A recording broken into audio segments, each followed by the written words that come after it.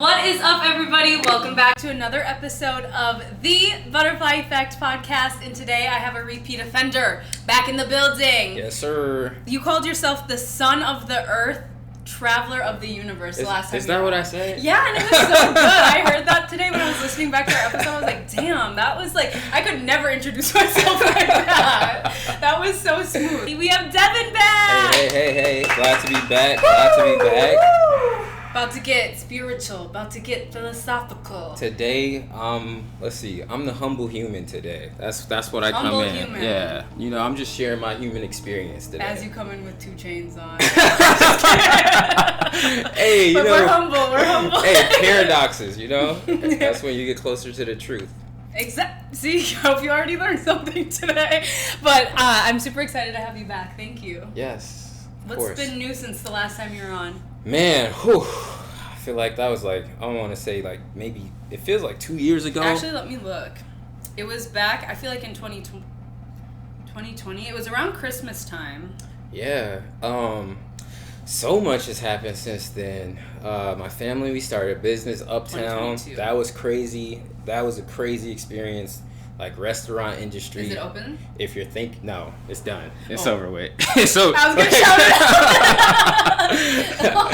Chicago's very own. Hey, it was good while it lasted. Talk about that more. What was that like? So, okay, I don't know if you guys know the Uptown area, but Uptown is like super competitive with restaurants. Competition is heavy up there. So if you are thinking about starting a restaurant or any type of cafe, I think Liana got something with this cannabis coffee here. I have been scheming. What I will say is that with heavy competition like that, you gotta be on top of your shit. So when you come into the restaurant industry, the learning curve, you gotta know this, because if you don't, like my dad and my uncle, it's not gonna last. Like, you'll be in there for a year and then you'll be out of there. And especially in Uptown, so many different businesses and everybody got food. But, you know, bars and atmospheres is the thing up there. So we had really good food, but our atmosphere was lacking. And people want to bring their friends and, post things at cool places. So good food, that's not enough anymore. Right. You need an atmosphere. Because I want to post something. I want to show my friends that I'm here. So if you are going to go into that, think atmosphere also. I mean, you can't have trash food. But it's the balance of the both. And you have to have the good ambiance, like good music playing. You have to have the right crowd for that type of food that you're serving, for the prices that you're serving. Like, being where I work now as a server, like, I had an experience to open the restaurant. We were the opening staff. Yeah. And I got to see what goes into that. And it's so hard. Yeah. Oh my God. So I really give you and your family credit for doing that, because this was a corporate that came in and opened this restaurant and they were struggling. Dude, I can't imagine just your first time opening a restaurant. It was like 14-hour days in there, bro. At minimum. Yeah. And then there was still more work to do. Yeah. Well, luckily I didn't have a whole bunch of skin in the game, so it was like a really good learning experience. Like, I always wanted to be an entrepreneur and start something at some point. I still feel that way, but now I know like what it really takes and the type of commitment you gotta have. It's like another form of marriage, like, you know, like you're saying your vows a little more at that permanent. point. A little more, actually. You know, so with that, today though, what I want to get into is spirituality in relationships, because I think that spirituality is being slept on as far as how vital it is for healthy relationships and for committed long-term relationships. So let's get into that. Yeah, well, this happens to be my 2 favorite subjects, spirituality and relationships. So for the listeners who may not have listened to the first time you were on, or have forgot, can you kind of like explain spirituality and how it can look different from person to person? Because as we talked about on the last episode, my version and my spirituality looks completely different than yours and your version of it, and that's how it's supposed to be, at least in my eyes. So what would you describe it as? Okay, so my definition of spirituality right now, like, and it changes as you learn and as you practice, but taking the time out of your day to nourish your spirit. And a lot of people do that in a lot of different ways, but meditation, yoga, exercise, getting out into nature, reading spiritual texts. Some people go the religious route. For me, I like to start my mornings on a spiritual tip where first I hit some nice exercise and like I get to the gym, do some exercise, and then it's like into meditation and like journaling for a little bit. But it looks different for everybody. What's important though is that when you do practice spirituality, you get this sense of connection where you feel this oneness developing within you, and you are connected to this inner world and the outer world. And when you amplify that connection, it creates space in you to feel more joy, to feel more grace, more gratefulness, and it fills you with all that good energy by emptying you of all the negative energy. So it's like a constant upkeeping, like maintenance that you have to do. Otherwise, you feel like you just stay with that negativity within you. If you don't practice spiritualism, what typically happens is the mind is just thinking like a million miles per hour. And you have a lot of insecurities, you have a lot of anxiety because you're always in the future, you have a lot of depression because you are always in the past and rarely in the present where spirituality takes place. So that's why it's like super important that whatever path you take, that you develop that regimen to where you are cleansing yourself of that negative energy. Yeah, one thing you said in the last episode, which I really, really liked how you worded it, you're like, spirituality for me is clearing my inner space. And I was like, whoa, like that is like, you're like, so my inner, like that dirt and that garbage, my inner garbage doesn't spill out into the world, so I'm like spreading negativity. And how you worded that, I was like, that really clicked in me. And like, because nobody, I hope, doesn't have the intention to like cause ill will to anyone. But like, when we are not our full selves, our happiest balanced selves, we do that unintentionally because we are not, like you said, we have that trash, that garbage inside of us that we're not working on. And I was like, oh my god, like just the way you said it made my brain like, okay, good. I'll be dropping bars. I'll be unsure. You do. This is another plug to go and listen to that episode because you really were saying like really key things that were so simple to apply to your life. And honestly, listening to that again, I was like, I need to check back in, because where I was, like, if I would have followed back and checked back in each day or however, I would have been so much further than I am now. I mean, I've definitely made progress since that episode, but like not how I felt like I could have done. And I think not judging yourself and being compassionate is a big piece of it. That's one thing you kept yelling at me for. You know? It's so easy to analyze and criticize yourself. A lot of times you are your own like worst enemy. So spiritualism, it really like practicing, it helps with that inner compassion. And as you practice that, you build like, I want to say, a feeling of self-love. So for me, spirituality is like self-love, right? And that's like what spirituality is, nourishing your spirit. But when you nurture somebody else's spirit, that's love. So you got to be able to nurture your own spirit first, though. You can't nurture somebody else's spirit while your shit's malnourished. Get what I'm saying? So I'm just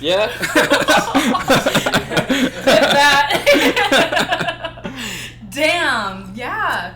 That's like, I mean, in simpler terms, how I used to say it is like, you can't fill someone else's cup when your cup isn't filled. But that sounded way better. No, hey, yeah, that's real. So I think a lot of times it's like important to touch on what spirituality is, because it's like a prereq for intimate relationships if you want a healthy one.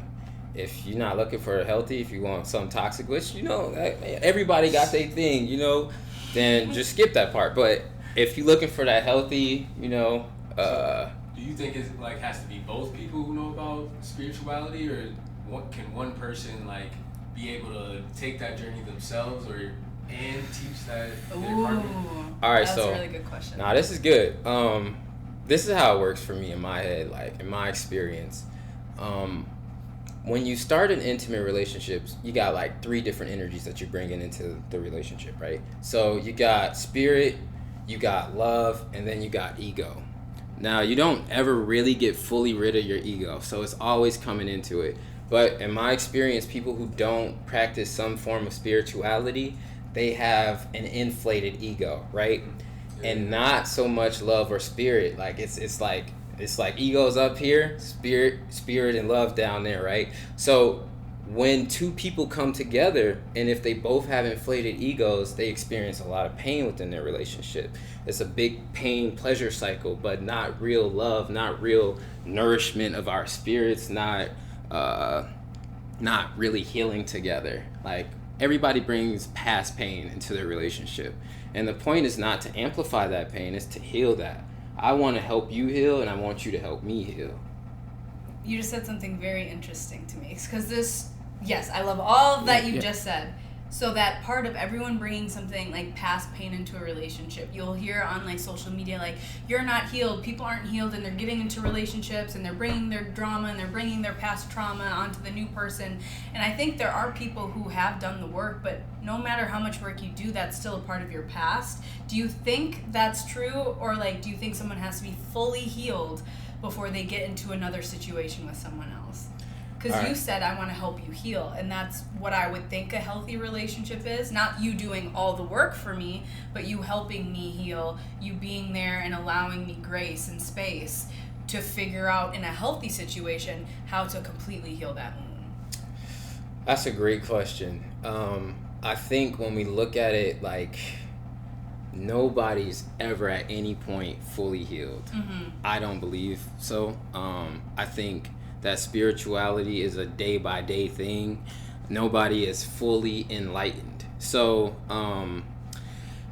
people's pain, some people, I think what they're getting at is that people kind of put band-aids on their pain. And if you don't have that spiritual connection, typically you have a lot of different, like, I want to say, like, depression or anxiety, but let's just call it pain. And what you do is you say, I'm feeling bad and I'm feeling isolated, I'm feeling so alone.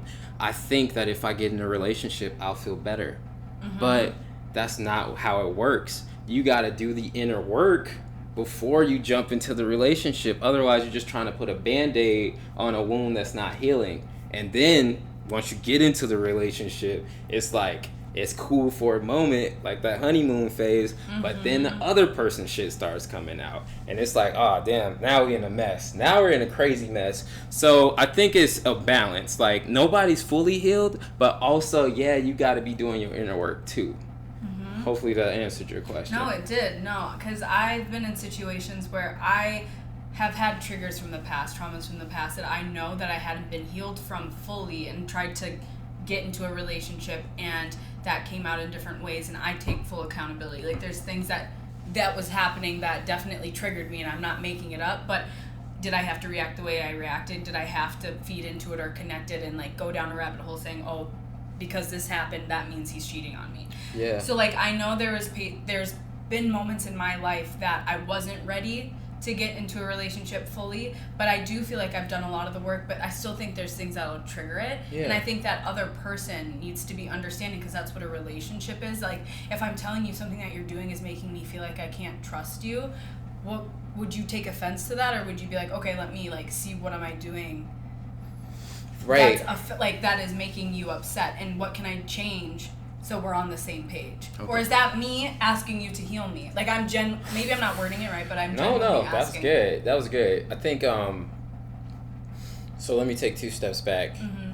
Healthy relationships have good boundaries, right? Facts. So what happens is, as you get to know a person and you go into this intimate relationship where you're getting really deep, you start to realize, like, where you need to place boundaries for our relationship to really blossom into what it can blossom into. Mm-hmm. And when you have these moments where you get triggered because of this person's actions, like, those feelings you have to own. You definitely got to own those feelings. Mm-hmm. Like, those are in you. Now, was the person wrong? I don't know. Like, that's up to you and that guy to decide that. But having good boundaries and when they're crossed, and communicating when something's been crossed and how you felt about it. That's important that you do that, because I mean, this is the thing. If you're communicating a boundary or something you didn't like out of like true concern for yourself, I think that's healing. But if you're communicating a boundary out of like some type of ego gratification or insecurity, then that's just smothering the other person. Totally. Right? So you got to find the balance of, you got to know where that need for boundary is coming from. Like, is this like for healthiness, or is this to support some type of negativity within me, that ego, you know what I'm saying? So a lot of times if you get into a relationship with an insecure person, they'll be setting up boundaries that just are unreasonable, and then you feel smothered. You know, they're like possessive, very jealous. They like, I don't even want you making eye contact with somebody, you know what I'm saying? So, you know, have you been in a relationship like that? Give a sideways hug. Don't front. Have you been with someone like that? No, I haven't. No, my experience. Let's talk about that. My experience. Let me think. So, back to your question, what you're saying. When a person that is doing like the spiritual work encounters a person that is not, right? And what happens? I think my ex, right? We were together for about 6 years. She's blossomed into a beautiful person. We're not together anymore though. So at this state, though, I just want to say, it's all love, but it was growing, right? So we both were transforming, and now I'm gonna speak about the past. So when we met, I was doing the spiritual practice, I was doing the work, and I don't believe she was. She had a lot of different insecurities within her. Her ego is pretty inflated. And the thing you want to do to have a healthy relationship, you don't want to judge. So I don't want to come off as judgmental here. Nobody's perfect. I was not perfect in the relationship, but I'm just stating it as I observed it. So when somebody has that void in them and they are feeling really insecure and searching for that validation from anywhere they can get it, you can give them as much validation as you want, as you can muster, but as long as that void is within them and they aren't doing the work, it'll never be enough. Like, it'll never be, it won't be enough. So I think at that point, when I realized that I needed to set a boundary and say, I can't do this anymore, right? And just, but giving up, like, that's tough for me. Once I'm connected to somebody at a deep level like that, it's hard to just say, hey, I'm out. I gotta dip, you know? So it spiraled on for however many years, and then, you know, it came to a collapse once it was like boundaries crossed that I just couldn't even like live with, like, pain-wise, you know what I mean? So definitely at this point in my life, like, I'm at a better place at setting boundaries, and you gotta be strong with that shit, and then you gotta be done with that shit if you encounter some foul stuff, you know what I mean?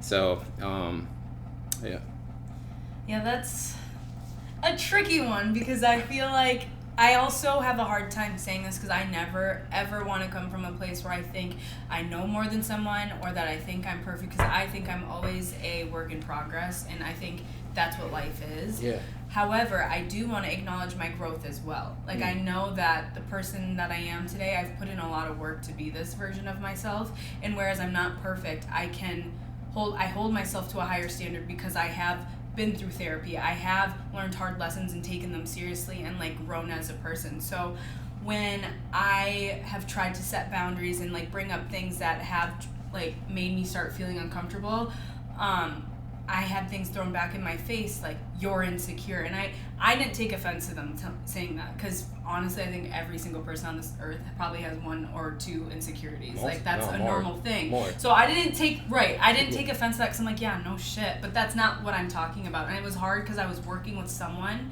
like I was trying to work on a team with someone who was not at my level. Yeah. And it's not to say that I'm above anyone. Right. It's just they were not open-minded enough to see someone else's point of view, to get on the same page. And it was really hard. It was extremely hard, and it made me question myself, and like am I right? Am I wrong? Like, am I ready to be in something? Am I insecure? Like, it made me question myself, and obviously it wasn't the right situation for me, and it's done. But that was a really hard thing, because that was somebody who hadn't done the work and was not a spiritual person. So going back to Keith's question, like, can you be with someone who's not doing the work? Like, I don't think it can work. And then from your situation, it sounds like it doesn't work either. So, like, yeah, I don't know.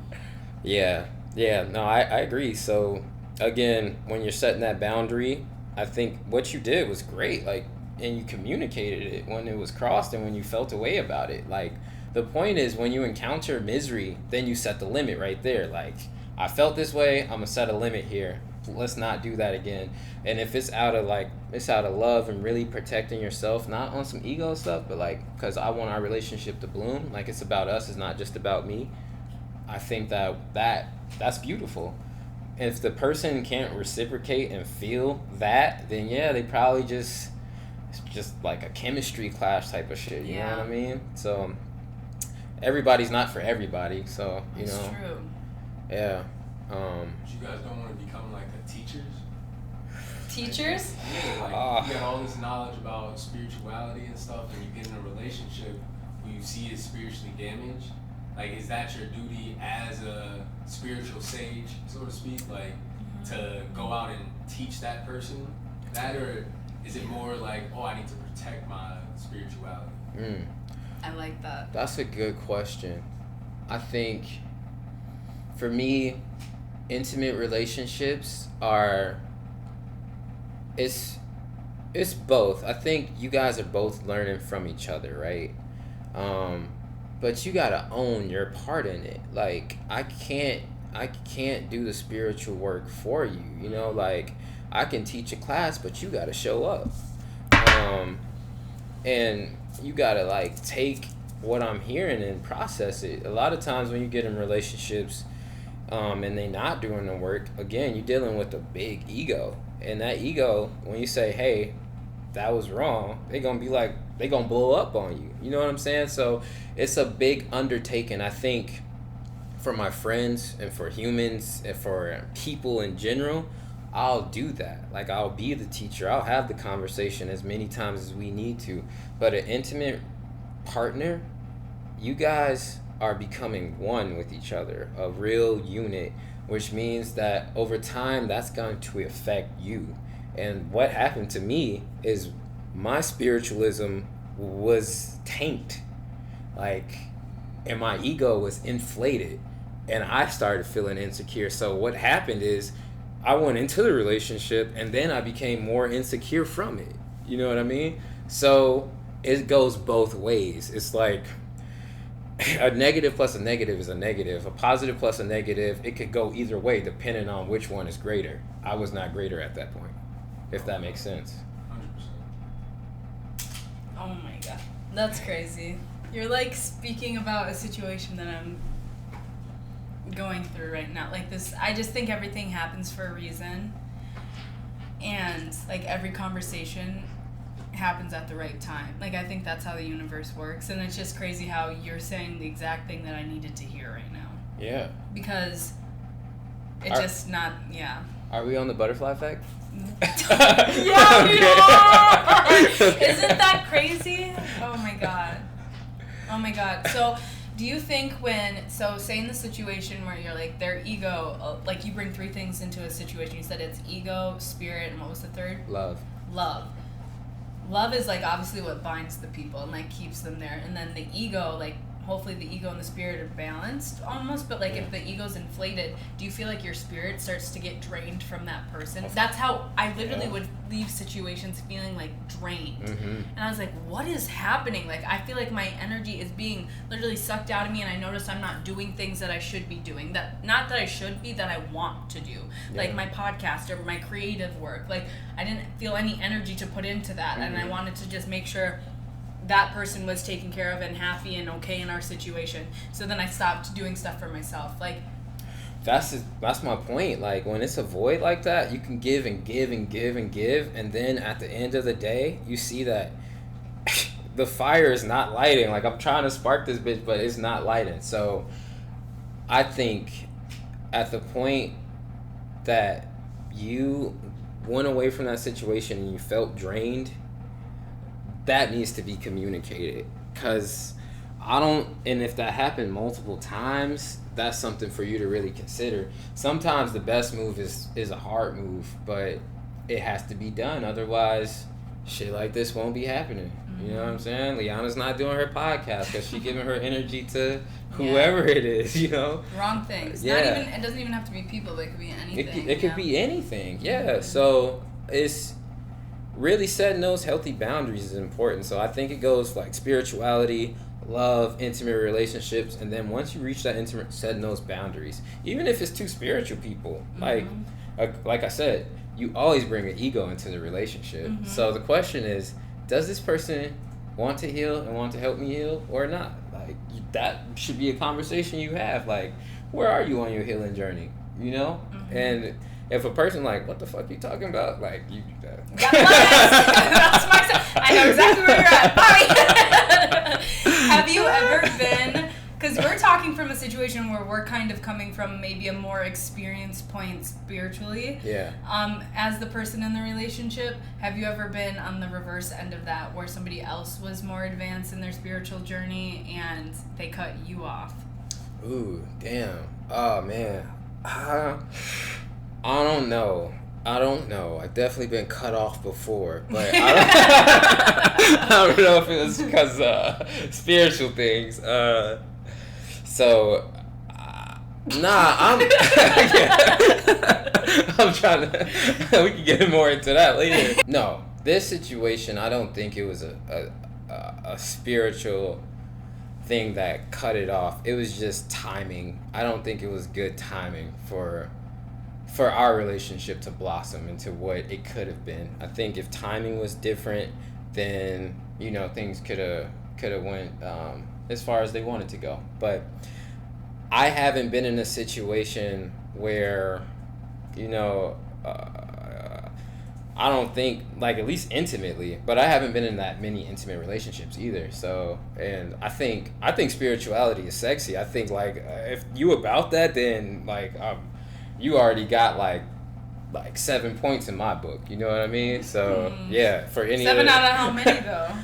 Shit, how far can it go? Dang, that's a big chunk. No, let's say 7 out of 12. 7 out of 12. 7 out of 12. I need 5 more. Let me get 5 more points, but 7 out of 12, that's solid. Yeah, that's solid. What's the other 5 big free? comprised But of? think about if you don't have the spirituality, you already, you know what I'm saying? Negative. Yeah, it's like it's tight. So, no, I don't think I've been in a situation where, at least intimately, like, of course, I've learned from so many different people in different situations where I don't know if it's any like one that like person that's more spiritual, but I think people give you messages, like you said, at the time that you need them, and it's something like spiritually potent in that message for you. You know what I'm saying? Like, everybody can get the same fortune cookie and apply it differently. So that's so true. Yeah, you know. Yeah. So I think everything is a spiritual teaching for me. It's always a deeper message in it for me. So I think the people that I was involved with, and just because they weren't doing the spiritual work doesn't mean that I didn't learn a lesson or a spiritual lesson that could apply. So I think everybody is a teacher, and I think people come into your life for a reason, and I think you should reflect on that and kind of see how those actions made you react and the different things that are within you, because those are lessons that you can learn. You know what I mean? So in a way, everybody's a spiritual teacher to me. So that's how I look at life too. I say, like, everyone's in your life for a reason, a season, or just like for life. Like, there's some for lifers, and that's a blessing, but some people are just there for a reason, and some are just there for a season. And like, you can learn something from every single person, no matter what, because in every situation there's room for growth within yourself. Right. Now that you're so spiritual, do you have like spiritual red flags? Like, you're like, ooh, red flags. If she's using that demon emoji, is she on demon time? She's not on her spiritual journey. Ooh, that's a good question. I think a big one for me is attention span. So if we talking and I can't even keep your attention, or you can't give your attention, and it's like all over the place. It's on your phone. It's over there. It's over there. That's a big red flag for me, because spiritual work requires attention, and it requires concentrated, focused attention on like your internal journey.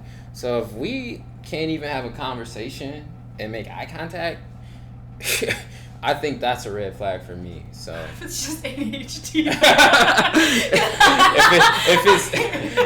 if you come to me and you like, this is my doctor's note, I got you.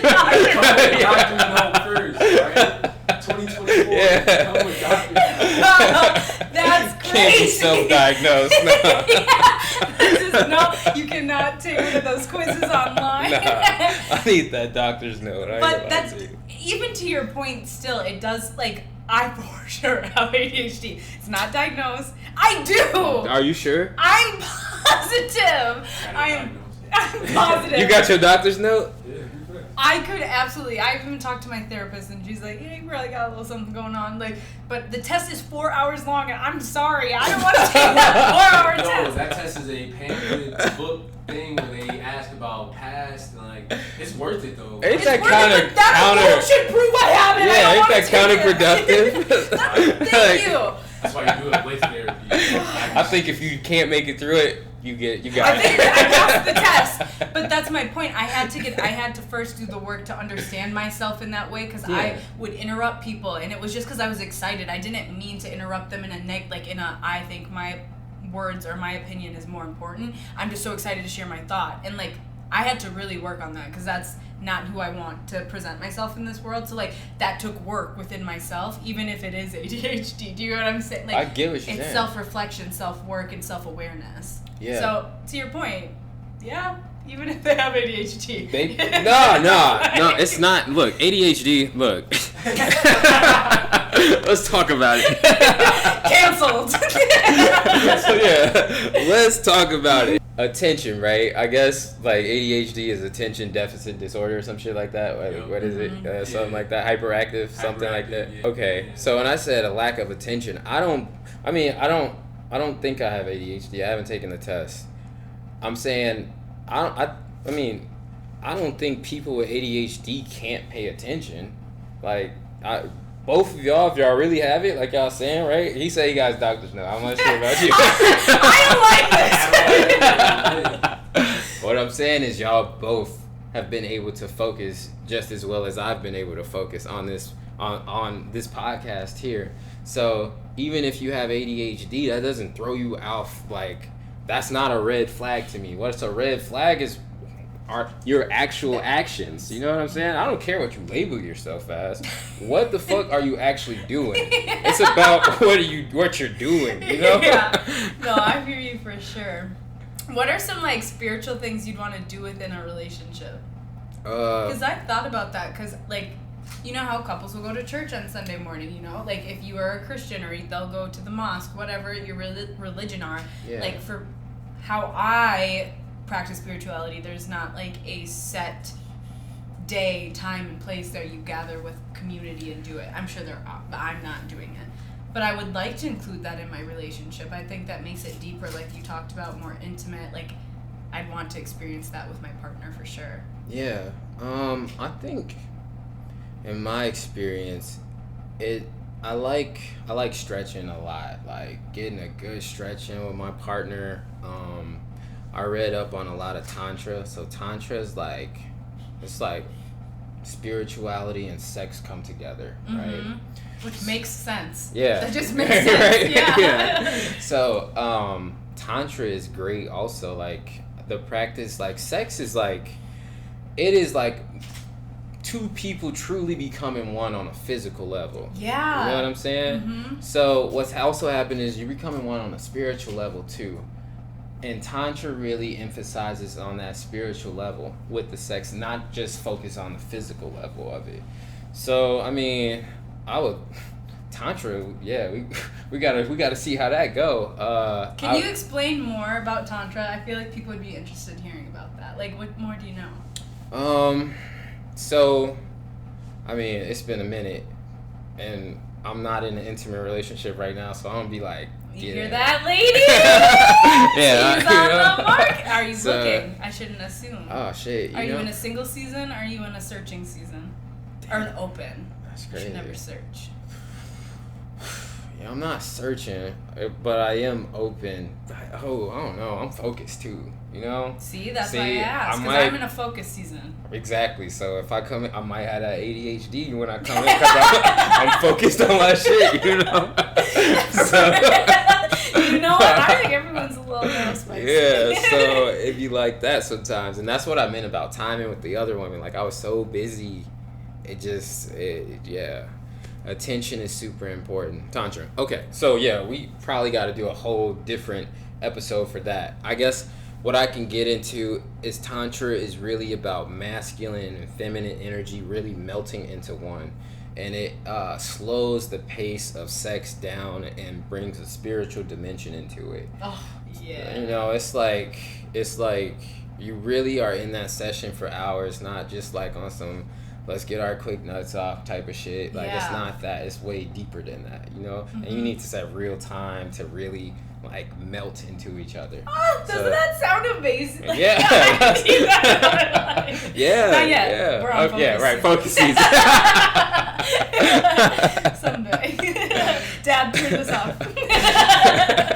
But, yeah, so Tantra is definitely what's up. I think a lot of times, unfortunately, people look at spiritualism and then they take sex out of it. Mm-hmm. Because so many people are condemned. So many religions condemn sex. Yes. You know what I'm saying? Yeah. But spiritualism doesn't. And especially Tantra. So I think that if sex is a thing for you and you're looking for spirituality, Tantra is the way to go. No doubt about that shit. So. See, okay. Here's another. This is random. For sure. Spiritual men. Nobody's watching. No one's watching. Just thousands and thousands. Just kidding. I've heard this thing that, like, I really like the idea of a spiritual relationship, and like all of that sounds so beautiful. But sometimes I think like the idea of monogamy isn't in alignment with some versions of my spirituality. Like, yeah, I feel like I want to be with just one person. But I'm like, do I? Like, I question it, you know? And, like, I feel like people who are spiritual also have that same idea. And that's kind of scary to think about being with somebody who is also spiritual if that is my intention, is to have a monogamous relationship, which just comes down to communication. But I don't know. Like, I heard, like, spiritual men are, like... They out there? Yeah. Yeah. No, that's... And they may be honest about it, but, like, it's still, like, they're not going to want to be just with one person, and that's hard for me to kind of accept. And it's not all spiritual men. Right. But do you kind of get what I'm going with that?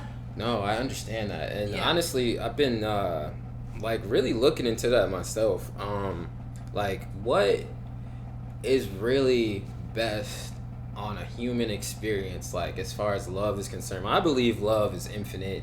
I believe, you know, you can always have more of it and deepen it, right? So with that, how do you reconcile something that's infinite and then also make it exclusive, right? And that's the thing that we struggle with in monogamous relationships. Like, love really don't have a limit, right? I don't believe it does. But then when we become exclusive with the person, I think some of the boundaries that we end up setting is that you can only go so far in your depth of love with other people. Like, we can go this deep, but look, for everybody else, you're gonna have to, you know, right there type of shit. So, are you saying you could do an open relationship? I'm saying that I still got an ego too, and I don't know if it's my Leo. That self-awareness. Yeah. We love to see it. I don't know if it's my Leo Mars sign or my Aquarius shit, but I like... Damn, this is sad. I know it. I like the idea of somebody being mine. And I don't know where that comes from, because I feel like I'm okay with I think sharing, and I'm almost scared to say that shit. You know, it's like, are you really okay with that shit? So I don't know until I experienced it. I think what would be cool is if you could get a polyamorous person on the podcast to talk about their experience. If anyone listening and comes across this, and I hope you do, I would love to have a conversation with you. I'm very interested in like learning and hearing and like seeing another side of life that I have not grown up in and I have not had like experienced myself. So if you are out there listening, like genuinely this would be a place where I just want to learn, and I think a lot of other people would want to hear your story. So please let me know and come on, I would love it. No judgment at all. Real but shit. I feel the same exact way. Like the reason why I got to this point is because one of my fears, like I was cheated on before, and that just like really broke me, like opened, like it was this betrayal, and then I had to go through this whole journey of finding myself and loving myself through that, and knowing that like everyone makes mistakes, and like it had nothing to do with myself and my own worth. Yeah. But I connected it to that for a long time, and I think for a while I brought that fear into every relationship because it was like something that hurt me the most out of anything. Like, and it was just because I think I'm somebody, when I love, I want to love so deeply and like on every level. Like I want to do everything together. Like I want to experience life, and like you're my partner, we're locked in. Yeah. So when someone didn't feel that way about me and were able, well maybe they did, but they betrayed my trust because our agreement was to not do that. That was the boundary. That hurt. And so now I was so afraid of that I pushed the idea of like being in an open relationship. Like that just never was an idea to me. Like obviously growing up we saw monogamous relationships thrown in our faces everywhere. Yeah. Like that's all we know.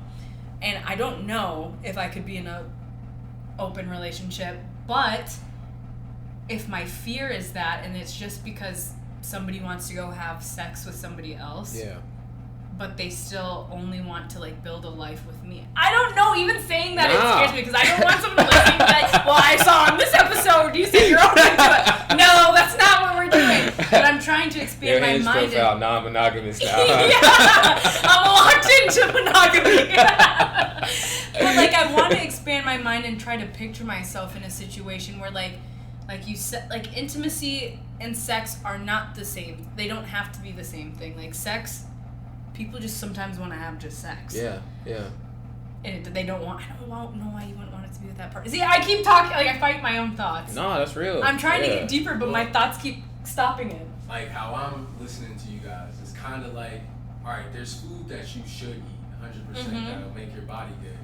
But then there's like Funyuns, or there's like chocolate cake. And it's like, yeah, it's food, and like I should put food that's good for me in my body. But at the same time, this chocolate cake tastes pretty damn good. I'm trying. But it's not ruining my body, technically. True. But at the same time, it gives me that the happiness motivation. Yeah. That everybody kind of strives for type shit. It's just nice to have every once in a while. Like what you said, I heard another podcast, maybe you saw this clip too. It was a guy talking about water. He's like, relationships and cheating and like that is like like men and sex are like water. They need water. That's like their main relationship. They need water. They want water. They need water to live. But sometimes they want apple juice. But even if they have that apple juice, they still are gonna want water. They want that water again. They need that water to survive. But sometimes they want orange juice, and they just want to switch up their palate. But it doesn't mean they need it to survive. That sounds crazy to say out loud and relate it to relationships, but when I heard it through, and he might have said it better, it made sense to me. And that really made me think, like, is an open relationship as scary as I think it is? But it comes down to trust and communication. So true. I mean, I'm definitely not poly yet, or if that's happening, I'm not really sure. I'm kind of like in the same state that you're in. Like, I experienced, like, being cheated on, and I'm like, yeah, that shit was crazy. You know, like when you're fully committed and then it go like south, you be like, damn. Let me go back to the drawing board. Like, how does this really work type of shit? Mm-hmm. So I think poly can work. It takes communication. I'm not an expert. I did read Sex at Dawn. If like that's a poly book, like you should check it out. Like it goes through a lot of the different theories, and polysecure too is also good. Coming up. Yeah, polysecure is solid. But I don't know. I think monogamous or polygamous, you can go either way, I guess. But in the book Sex at Dawn, when I read it, there were so many different cultures that just shared partners, and like everybody was just happy. You know, it was like, and if that was the case, it's like, damn, like me and my ex would still be together at this point. Like we chilling, you know what I'm saying? But I think conditioning, like, I'm only used to monogamy. Like, I've only experienced that for so many years. So I think as far as spiritual men leaning more to polyamory, I don't know, but I can definitely say that I've thought about it in my head. I'm okay with going either route. I think I can stomach either route, but I don't know that until I actually experience an open relationship. So can you stomach that route? Like, think about it. No, because I get sick. Oh, like, yeah, do you? Could you imagine laying in bed? I know they're out. Is it the thought process of it? Like, are you focusing on that certain subject so much when you can literally just be going out to get groceries and all of a sudden that moment just happened? You didn't think of it, you didn't know about it, and all of a sudden it happened and it's over with. Would you want to know? What I want to know? Yeah. Yeah. Because or else it feels like cheating. Yeah, I want to know. But I don't know if I want to know. I want to know, but then you can't unknow. I want to know. Oh, you have to really trust that person. I don't even think it's really, like, some people, I feel like, have the trust with it. But it's kind of like, because I feel like a lot of people from Chicago were polyamorous before that became a thing. Nobody just talked about it. But like, nah, that's not some true. People were like, oh, I just don't want you to see you in public with that person. Yeah. Do what you want, X, Y, and Z, but I just don't want to have that image out there. Oh, okay. Okay, heard. I wouldn't be that way. Yeah. And I'm not saying me. I am. Y'all say so. I'm just a producer. I come up with questions. I love this. This is what I want. I want to think, because this is really hard for my brain to expand and see myself in that position, and that's exactly what I want to do. Yeah. Like, I don't know, though. No, I know what you're saying, and I feel like, I don't know. Like I said, I've only experienced monogamy. No, that's a lie. I've experienced failed monogamy. So I guess I have not experienced polygamy and failed polygamy, however that go, depending on what you can stomach. But, a lot of cultures around the world, like, that's normal. Like, so, I don't know. When you see those different behaviors, like, and say, oh, I can choose to react to this situation in a completely different way. Like, I don't have to feel this way. It just opens up different possibilities. So I think, yes, spiritual men, women typically are, like, more in tune with those possibilities. You know what I mean? So I think that they will be more open and not so shut to different things. But I don't know. Honestly, I think I could go super deep and super exclusive, or I could be super expansive. Like, I could go either route, honestly. I'm not really sure. Again, it just depends on the... Versatile. Yeah, the vibe that that I feel from the woman that I'm with, Mm-hmm. Like, if we could check it out, see how that go. And then if it works out, it works out. If it doesn't, it doesn't. Can you look up how, when monogamy, like, became popular? I'm really curious about the history of this, because you're so right. There's still tons of civilizations that still follow polygamy. Yeah, a lot of well, I'll let people go into religion. Yeah, which everything is tied to religion. Which, if you follow astrology, we're getting out of the age of what is it? Pisces. The age of Pisces, which is high in religion, and it's really interesting to see some of these, like, societal standards that we have break down. Yeah. Like, Age of Aquarius, you know what it is. Age of Aquarius, I'm ready for it. It's going to be very, like, it's going to be different. Yeah. Oh, it's already getting different. You can feel it. It's getting different, right? AI is coming. Yeah. It's crazy. It's getting different. It says, was kind of first practiced like 5,000 to 10,000 years ago. Yeah. It's tied with religion a lot, too. Like, having that one person family unit. And then when governments happen, it's actually, in a government standpoint, it's good population control. Like, in America, we had this nuclear family, which was a mom, dad, son, daughter, 4 people. Yep. But then in China, it was like frowned upon to have daughters sometimes. So if you had an extra amount of daughters, it was popular to disown that and, like, elevate your son. So it kind of was like, what do you do the whole marriage thing for? Yeah. That's a crazy concept too of monogamy, because the government of course would have their fingers in that as well to For like sure. help population control, and it all ties together in how they control us. Yeah, Does I everybody think Oh, go ahead. think if you can get over your ego, poly could be like, think about how much other than STDs going crazy, like Yeah, dude. Oh, ew. think about how much pain you would not be subject to. You know what I mean? So, Well, what, like personal pain or I guess internal pain or external? well, have you ever been cheated on? That's the question. Yeah, yo. How much pain does that cause you? It caused a lot of pain, 100%. Poly. Look, I'm speaking poly like I know poly. I You're don't like, know. I am the poly Can we get the poly spokesperson. expert up here, please, at some The point? pain aspect, I feel like it wasn't like pain that I don't want to have. It's pain like you kind of learn from. Yeah. And kind of avoid instead of being like, oh, okay, I'm gonna do this again. It's like, oh, okay, I kind of know the signs to look for with a person who doesn't want to be with me, type shit. Can we tying back then to triggers from past things? Like, Yeah.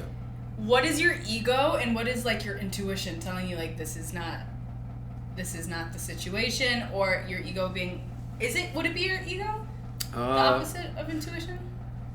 Would ego be the opposite? No, I think ego can help you. Like Okay. it can definitely help you too, but also sometimes it's more so seeing the present from the eyes of the past. So you're putting shit, you're looking at actions and thinking that they mean something that they don't, because you're looking at it from what you But experience. what if they do mean what? But what if they do? Then the ego be like, I told your ass. I told But you. that's always what happens to me. Is that what happens to you? Not always, not anymore. Well then, I've learned. I would say you got good intuition. I don't think the ego is all bad. We have our mind. We have those things in us to recognize patterns and protect us from danger. So if you recognize a pattern and you feel a way, I say go with your intuition. And the person that you are, if let's say you're wrong, it'll be a test of their character if they can forgive you. You get what I'm saying? Mm-hmm. So I think go with the intuition. Always. Yeah. Always. Yeah. Yeah. That's good. I don't think personally, I don't think ego really is like always a bad thing, because ego is so intertwined with like who people think they are. Yeah. And sometimes ego comes out when you need to be confident or need to be courageous in certain things. I feel like it gets deeper into why are you having an ego about this? Is this because you're not getting something you want? Yeah. Or is it because you insecurity or something else? It's like an indicator rather than, oh, that person has a big ego. It's like, oh, they haven't had an unchecked, or they haven't checked on their ego in a while. So it's like super inflated, to use the metaphor. I like No, that's real. So I think there was a book called Abundance by Deepak Chopra. If hopefully I'm not getting this wrong. But like God, the universe is like the super ego, and then we all have our collective, like individual egos within us, you know, that give us our individuality, that gives us a unique sense of purpose. I think it becomes unchecked and really gets out of line when your spiritual practice is off, because you don't have the balance in there. Spirituality gives you space to process all the different things that's happening within you. And if you don't have that space to process things, it just builds up into this ugly monster and you're just doing shit. You know what I'm saying? So I think as you practice spirituality, that's like the root of the tree. You water that, the ego grows into something beautiful. Your love relationships grow into something beautiful. Without that, the ego is kind of left in check, and things, I mean, if you don't water the root of a plant, it dies. That's just how it happens. So it's on a path of destruction. That's why, coming back all the way back around, do the spiritual work, guys. Whatever it is. Yeah, stop hurting people. Damn. Do the spiritual work. No, you really hurting yourself. You know that shit. Like, you feel that pain in you. And if you go out and try to connect with somebody else, it's just gonna amplify it. So just work on that shit starting today. and as you're feeling more love, you'll share more of that love, and the people around you will feel that too, and be like, damn, this crazy. Like, he just, you know. So that's what I would say. I like that. One thing that I've been kind of trying to do lately, because there was this incident at work where, and these girls didn't mean anything by it, but we were just like, it was the first time I was working with them, and I was just trying to get to know them, and I was like asking what their sign was, and they're like, you're a Libra, and they're like, oh, you're a Libra, and that was the first time I ever got that from someone, because normally Libras are pretty, when they're healthy Libras, they're balanced, peacemakers, friendly, bubbly people, and so I was like, never got a negative reaction from it, and they said that, they were like, oh, you're vain, huh, and I remember hearing that, and I was so like offended by it at first. I was like, what about me gives vain? But then I sat with that and I was like, what about that offended me? It's because there's some truth in that. I was like, and then I had to really like actually think about myself and reflect. Oh my God. And I was like, whoa. You doing the work? I'll be doing the work. And work? I love moments like that because it's like a check-in for yourself so you can see how far you've come. Because in the past, I would have been like, I hate those girls. Like, they're just mean to me for no reason. Like, victimize myself and really like made it their problem instead of doing some reflection and seeing like, maybe there is some truth to that. I am a little vain, and I can own that, and I can know that, but I know that I'm also all these other things, too. But that took a lot of work to be able to accept that and acknowledge that, but then also be like, that's not all that I am, too. And now when I hear things, like when people say things or I read things that offend me, I take a second, instead of being like, why did they say that? I think, why does that offend me? Ooh. Like, what is it in me that is triggering? Like, what do I need to, like, still do to move past that? You're getting the 7 out of 12 right now. That's what's happening. Watch out, ladies! That's what's happening. Spirituality has really changed my life. Teacher is also the student. Like, I learned from, like, you just dropped bars right there. Like, I was like, damn. Spirituality for me, I had thought like, all right, let me get my morning straight. But from what you just said, and I had just realized, it's like, it's a constant thing. It's a by situation thing. Like, when I'm triggered or when I feel some type of emotion, I gotta take 2 steps back and, enter that inner realm and process that information. So I think when the audience like take that and realize that spirituality and the practice, like, that shit's 24/7. Yeah. So it's a lifestyle. It's just how you like live and you carry yourself each day, I think, as a test to your spirituality. And I'm sure that's how people feel about like Christianity. I always use that as an example because that's like the one I'm most familiar with outside of my own. Like, I know other religions exist, but that's just what I have to draw from. But like, people say that you walk with God every day and they abide by the commandments or like whatever it is. Like, that's what we do with spirituality as well. It just looks different. Yeah. Or labeled different. I agree. What do you like? It was making me think also about being in a situation with somebody who like like us. We're reflective. We do the work. We are aware of ourselves and what we bring to the situation, and know that there's room for growth. But there's people that I feel like are so hurt that intentionally like will make you question yourself. In my past relationship, like I said, I had became like really like unsure, like just not sure-footed. Like, typically I'm a sure-footed, like really confident person, but this experience really like shook me, and like while I was in the relationship, so I second guessed myself quite a bit in that, and I think which ways? I think men in general have a fear of like not, in a sense, being adequate or not being enough, right? And that had become like, I was constantly trying to prove that I was enough. You know what I'm saying? And I think when you feel like you gotta prove that you're enough, you're already fucking up. Like, you were born enough. You know what I'm saying? So I think the relationship brought out some of my own insecurities, and I couldn't really figure out why it wasn't working out like how it should have been.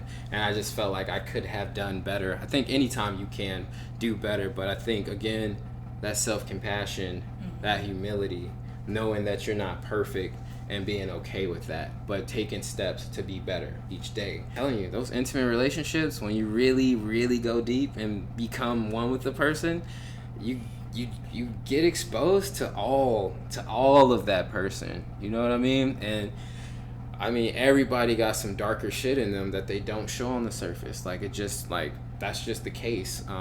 All lights create shadows, you know? So really, you know, being able to meet that person in their shadow and pull them out of it, that's the work that we do for each other so we can love in the light. You know what I'm saying? Well, next time you come back, we're going to have to talk about Tantra some more. Yeah, we got to go crazy on the Tantra. And Tantra. Yeah, you got it. You're just going to let me say Tantra? That's why I threw it out there. Slide past that a little bit. Tantra. Wait, hold on. That's crazy. You're just going to have me out here looking like that. That's why I had to re-say it. So, next time I'm Tantra.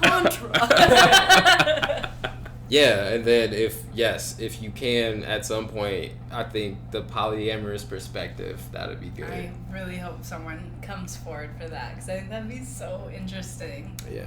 I'm excited to learn more about that. If you don't have like some type of spiritual practice today, like meditation, journaling, whatever it is, don't feel bad. Like, don't judge yourself and don't feel like I'm judging you or anything. Like, that's the type of shit that prevents us from developing these things. Like, let go of all that, be compassionate, and fuck, I'm with you. Like, I don't even stick to it all the time. You know what I'm saying? So, don't judge yourself too much. And I think developing something spiritual will help cleanse those negative things so you have more space to share love and joy.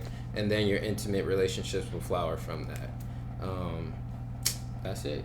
I like that. And one last note on that, like, I really like that part of, like, it's gonna look different for everyone, and I just really want that to come across clear. Like, spirituality and the journey and your routine can look different from everyone else, and I think that we all get in this mindset that your routine has to look like someone else's. Like, you go on TikTok and everyone's like, my 5 a.m. routine, I wake up and I take a cold shower and I make a coffee. They're not even probably doing that every day. But, like, my point is, like, that may work for you, like waking up at 5 and journaling and meditating and all of that stuff. It has so much benefit, and that's great.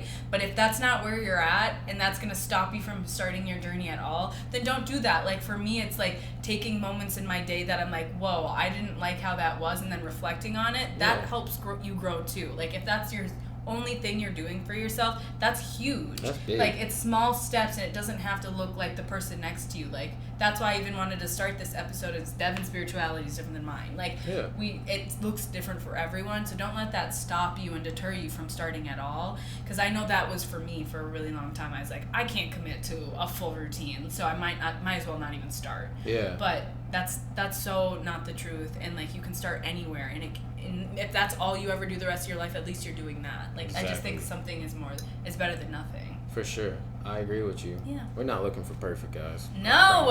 It doesn't even exist. Yeah, it doesn't. It does not exist. Imperfection is actually perfect. That's how I feel about it. Imperfection what? Imperfection is perfect. That is, I even have a book over there where it's... Do you actually? That's real? It's The Gift of Imperfection. Oh, okay. That was a really good book. Highly recommend. But thank you again, Deven, for coming on. Thanks for having me. It's you always great. Drop so much knowledge on us, and it just clearly it's who you are. You can tell you're not forcing it. It's just literally how you live your life, and it's really cool. Hey, I appreciate you guys for having me. Yeah, thanks for being here. Yay! Thank you. Bye. Oh, I should probably say, make sure you subscribe, like, and follow.